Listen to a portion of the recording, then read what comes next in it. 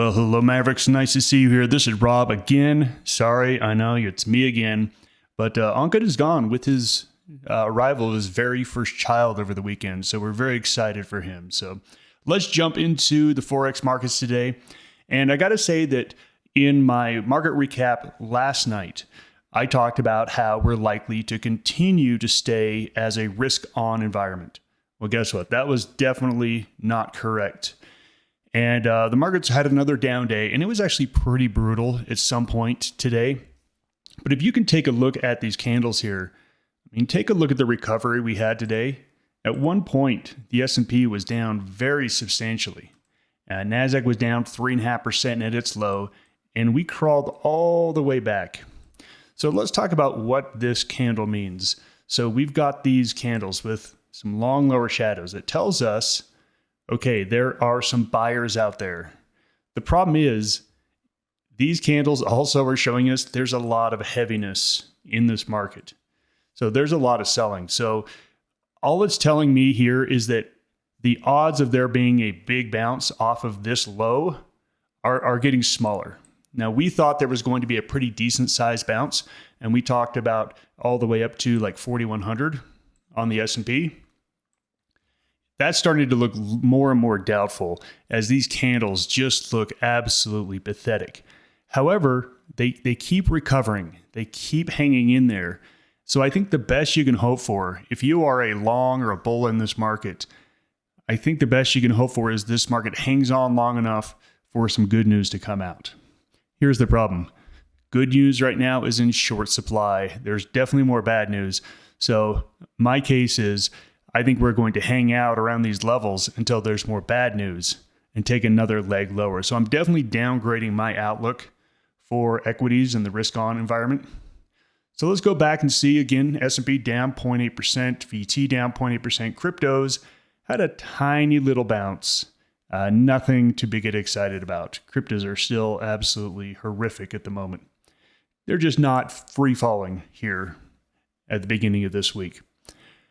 We had gold up a little bit, oil down a little bit. As you can see here, fairly muted moves. By the end of the day, things were fairly muted. But during the day, there were some intense moves during it. So again, we thought there was going to be a risk-on move. And really that got killed by two companies. Snap announced earnings that were bad, and Facebook announced that they were reducing numbers. That happened last evening, and everything fell after that and became a risk-off environment. Now let's take a look at the world index. This is the VT World Stock Index ETF, and you can see it's looking much better. So this is why we still like some of the international currencies. We think that there's more money flowing into those right now than there is into US. Not a lot though. It's still showing us the same problems. It's still showing us that there's a lot of weight on this. And that yes, it keeps getting rescued, but eventually, if there's so much weight on it, it is going to fall. And speaking of weight, here's the crypto basket that we take a look at. And you can see here, after getting absolutely hammered here, the basket getting hammered about 30-40%, we have not been able to put in a bounce in well over 2 weeks. We're just resting here. We're just resting. The next move is most likely lower here on cryptos.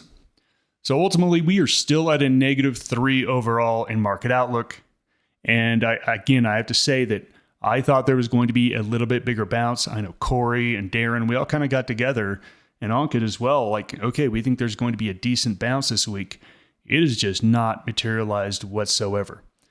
That being said, we are still up for the week.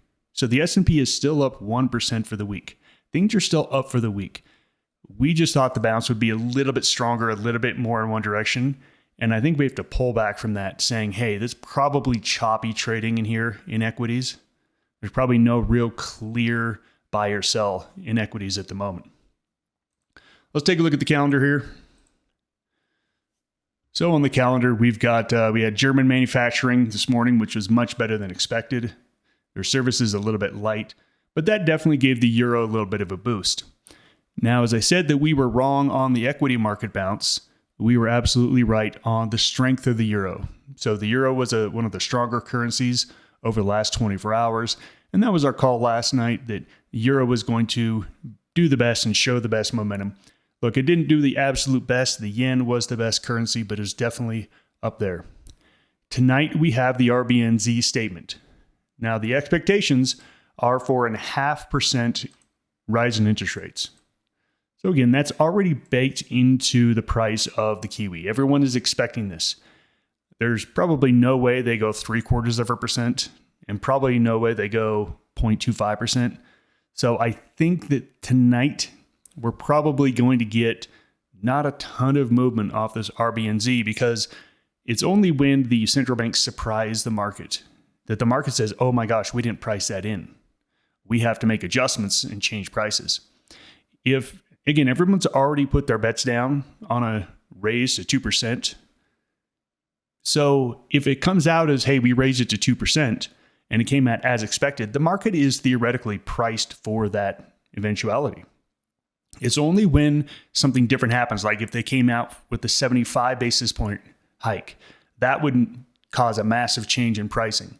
If they came out with their statement and they were much more hawkish or dovish than the market thought, then there would have to be a repricing. But pretty much I think we're going to get what we expect.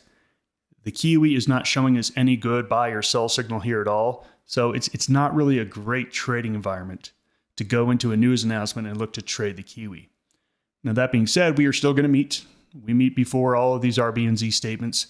So we're going to meet 15 minutes before, and we're going to see what happened after the RBNZ comes out and look at some potential trading setups off of that. My guess is tonight's going to be a little bit of a dud, meaning there's really not going to be all that much movement to catch a trade. But look, I've thought that before, and I've been wrong on that before, so that's why we show up. That's why we show up and we see, and then we make an adjustment off of that. Tomorrow, we do get the FOMC minutes at 2 p.m. These have been moving markets lately.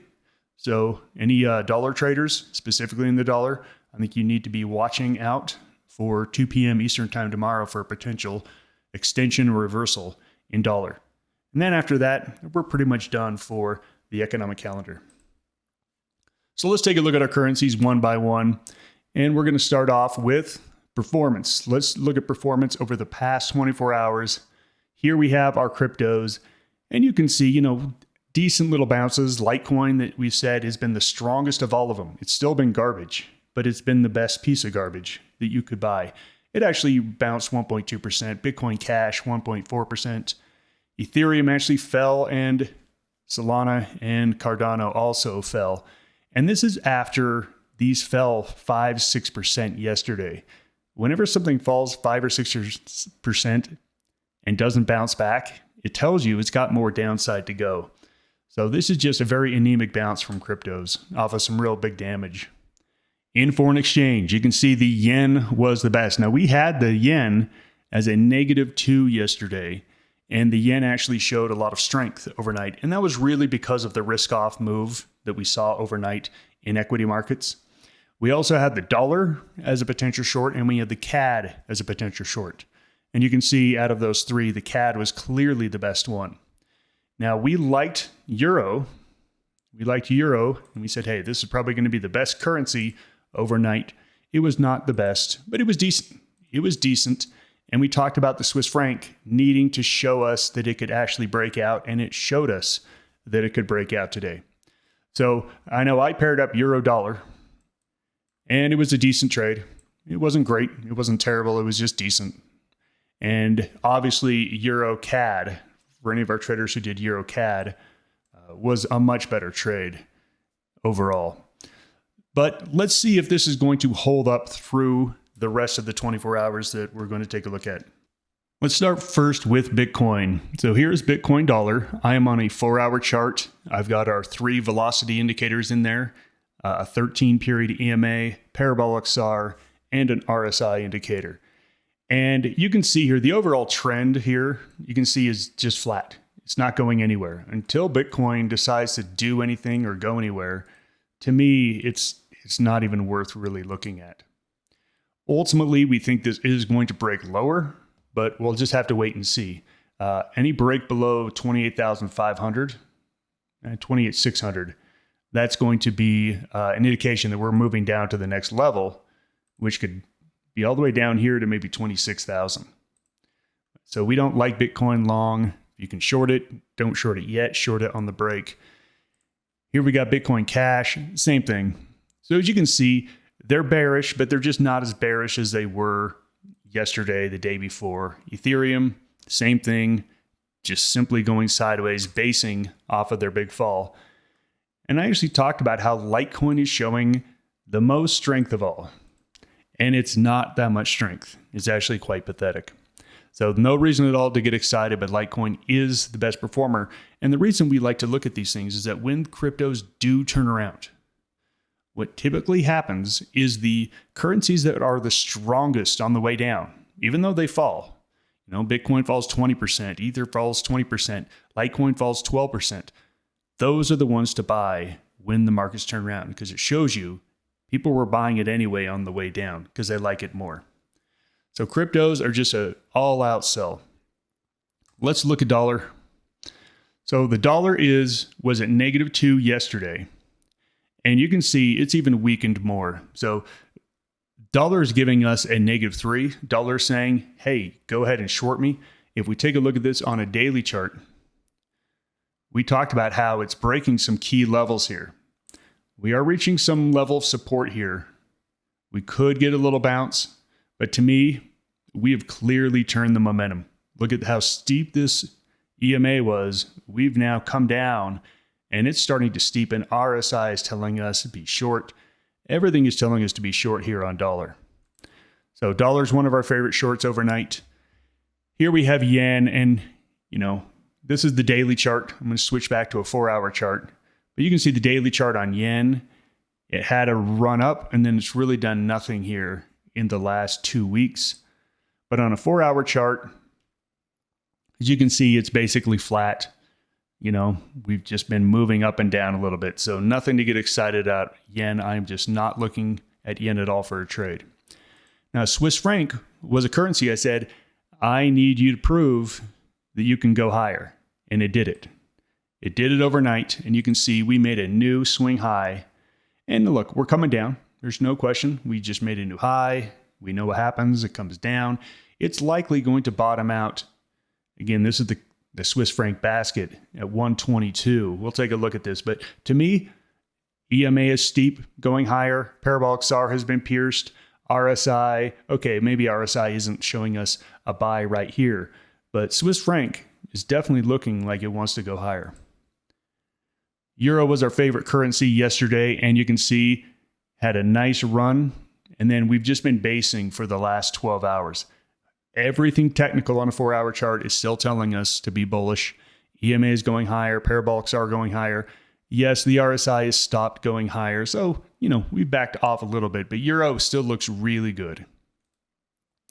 Now, the pound we had as the second best currency yesterday. And you can see that there was a big, nasty candle right here. And we simply are still within a range. So nothing has ultimately changed. We're just trading between these ranges. We'll have to see on pound. I'm just not liking pound whatsoever. I'm not really even looking to trade it. If it does break, maybe we can take a look to a trade down to the next level. But right now, I'm just not interested in pound. Canadian dollar we had as another short yesterday, and you can see it continues to perform. We had a nice little bear rally here, came down, fell. Look, we're down probably near another low. We probably need another little bounce or a base, but CAD is definitely tradable. I think you just need to wait till probably the US Open tomorrow, and I think CAD will likely be ready to give you another move. And yesterday I said that I was not interested in trading Aussie, and I am still not interested in trading Aussie. Look, this is what we call garbage trading. If you're trying to play Aussie, it's frustrating because all it does is goes up and down, up and down, up and down, and all it does is trigger stops. It's just triggering stops. You long or short, it doesn't matter. It's just going nowhere. We do not want to trade when these currencies are not going anywhere. It's dead money, and we get stopped out off of just random movements. So for me, No, thank you. Aussie, I'll take a look elsewhere. And here we have Kiwi. The Kiwi looks better than the Aussie because at least we made a new swing high recently. We have pulled back. So we are at a technical inflection point. We definitely are. And we should see a significant bounce. No, I shouldn't say significant. Well, yeah, we made a new high. So we should see a higher high off of this next run. We are going into the RBNZ report. It's in about 6 hours. I think the RBNZ report is going to tell us whether we want to be long or not. No desire to be short Kiwi, but long, you know what? I'll take a look at it if we can make a move up off of these levels, because this is technically a level that it should hold and it should move higher off of. The problem is, look at the EMA, it's flat right now. We're below the parabolic SAR. The RSI is showing us nothing. There is just no reason at all to get into this. So let's take a look at how they all rack and stack together.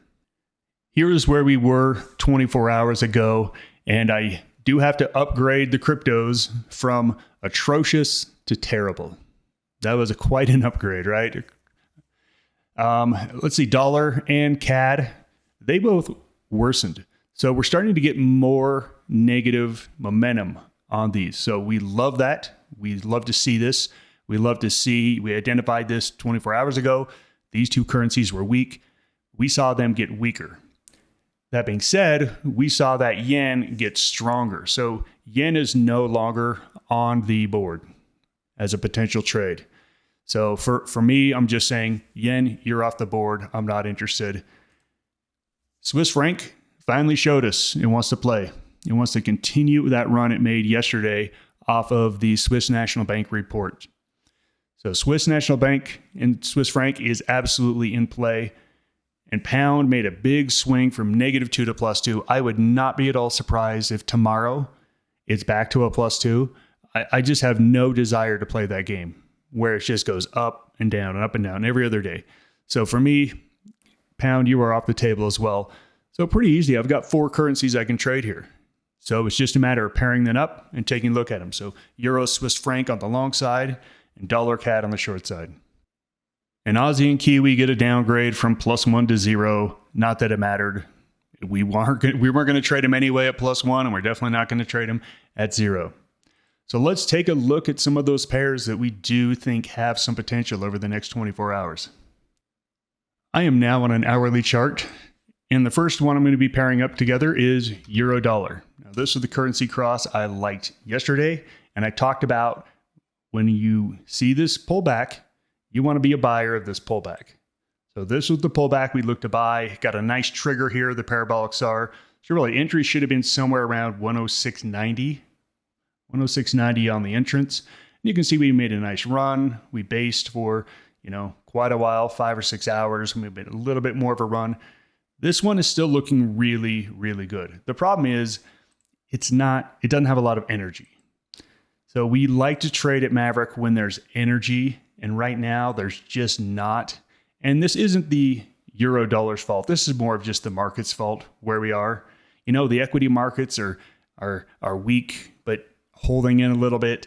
It's just not a great period of time where a lot of asset classes are making real distinct moves. We can still make trades on this, but we need to be more realistic and say, hey, you know what? Instead of looking for 100, 150 pips, let's look for 50. I think that's going to be a little bit more realistic. At this point, Eurodollar is nothing but a sit and wait. And I think up here at 107.45, you want to put an alert out there. And if it can break out above that, I think that's where you want to be long. So I think Eurodollar looks good again. But the big question is, what about Eurocad? Eurocad was the better trade overnight. Eurocad, if you would have bought off this high base, entry would have been around 137.25. That went all the way up above 138. So that had about an 80 pip run, where Eurodollar only had about a 50, 60 pip run. You can see here, we're getting a nice pullback and a nice pullback to a 13 EMA. I like this setup quite a bit. And frankly, I like this setup better than the dollar setup. And remember, whenever you're taking a look at two currency crosses. Is it Eurodollar or is it Eurocad? Remember, you just throw in dollar CAD and it shows you which one is better. So in this chart here, you would have to say that the dollar is slightly stronger than the CAD over the last 2 to 3 days. Again, we've got a rising EMA, we've got rising RSI, we've got everything rising. Look, not a whole lot stronger, but it is stronger. So if you say, okay, which one should I trade, Eurodollar or Eurocad? Pair up dollar and CAD together and say which one of those would you go long or short? If you'd go long dollar CAD, you would choose the CAD as the short. If you went short dollar CAD, you'd choose the dollar as the one to short. Let's take a look here. Eurocad. Yeah, we're just waiting for a signal. Now, again, we won't get a signal from the parabolic SAR because it's still under it. So I think we're just going to have to use candlesticks. So I'm going to go in here and say, okay, if we can make it above these last candlesticks that we saw, and that's going to be somewhere around 137.70. That's going to be my buy point. So 137.70 on the upside. And then I think you can use this parabolic SAR as a great stop point. So 137, probably 30 by the time it gets up there. So Eurocad looks tradable. Now remember, we had the Swiss franc pop up and come into play as well. So the question is, well, what is better, Euro or Swiss franc right now? And if you put these into a chart, which one is better? Boy, you can see that it's pretty flat, but the EMA is trending lower. That means the euro is weakening against the Swiss franc, just ever so slightly, which means that the Swiss franc is actually the better trade. So let's take a look at dollar Swiss franc. And this is a great setup right here, right now. We already had our bear rally. Look, whenever you get these bear rallies, you want to sell. Bear rally, sell. We've already got this. It's got a lot of momentum. This to me is a sell right now. So 95.87. And I think you can use this parabolic SAR as a trailing stop, 96.41. If you want to go a little tighter, maybe you be about 1 ATR off of this 13 EMA on a 1 hour chart. But dollar Swiss franc looks great. And let's take a look at CAD Swiss franc. Now remember, CAD was even weaker than the dollar. So this is theoretically the best pair to trade. And you can see we got a nice bounce off of 74.60 all the way up to 75. We got a nice bearish engulfing candle. This one's ready to go as well. This one is absolutely ready to go. So here we are, 74.82. Again, I think you should be up here above the parabolic SAR and use that as a trailing stop. If you don't want to be there, it's too far. Say 1 ATR above this 13 EMA. Probably going to put you somewhere in here in the 75.15, 75.20 range. But these two trades look really good at the moment. So I think these are the best trades over the next 24 hours. To wrap this up, the risk on move looks shaky. I thought it was going to be stronger, and it just has been really shaky. Now look, it's not falling apart, and we actually did rebound today pretty substantially, but we only rebounded to down 1% instead of down 2.5%. That is not a ringing endorsement of a bullish market. So I think you have to be very cautious on looking for any help from equities. I think if you're looking, hey, I want to trade the Aussie because I think the equity market's going to bounce, I think you got to throw away that premise. I think you just got to throw that away and just say, you know what, I can't figure out what equities are doing right now. I'm just going to forget about them and trade relative strength, which right now is Euro Swiss franc on the long side, dollar CAD on the short. Ignore everything else and ignore the cryptos. They'll come back into play at some point, and when they do, we'll jump on them and have fun with them like we always do. But until then, just erase them from your screen, in my opinion. Just take them off your watch list and put them back on later. Remember, we do have the meeting tonight live. For those of our live Maverick traders, we're going to be meeting live before the RBNZ statement and watching the movement and see if we can make a trade off that. And then, of course, you're going to be meeting tomorrow, Wednesday, midweek update with Corey. That is at 1 p.m. Eastern Time. On Thursday, I'm going to be going through the euro and US dollar. And these are part of our world currency series.